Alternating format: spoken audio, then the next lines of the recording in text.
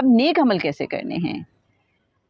मेरे ज़हन में वैसे ये भी आ रहा था कि जैसे बाज़ औक़ात किसी से ज़्यादती हो गई, हमने किसी के साथ कुछ बुरा कर दिया, तो अब हमने उसके साथ नेकी करनी है, उसको कंपनसेट करना है और उसके साथ नेकी करनी है, नेकी का रवैया रखना है, फिर ही तो रिप्लेसमेंट होगी ना। अब ये नहीं हो सकता कि हम खाली बस अल्लाह से अस्तगफ़ार अस्तगफ़ार करते रहें। जो अल्लाह वाले हैं वो तो ये भी कहते हैं कि भाई ज़बानी नहीं अस्तगफ़ार अस्तगफ़िरुल्लाह कहते रहना। ये कैफ़ियत हम पे तारी होनी चाहिए, दिल से नदामत भी हो, फिर जिसके साथ ज़्यादती की है उससे हम सच्चे दिल से ना सिर्फ माफ़ी मांगें बल्कि उनको कंपनसेट करें, तलाफ़ी करें, कोई नुकसान किया है तो वो पूरा करें और फिर उनके साथ नेकी का रवैया रखें।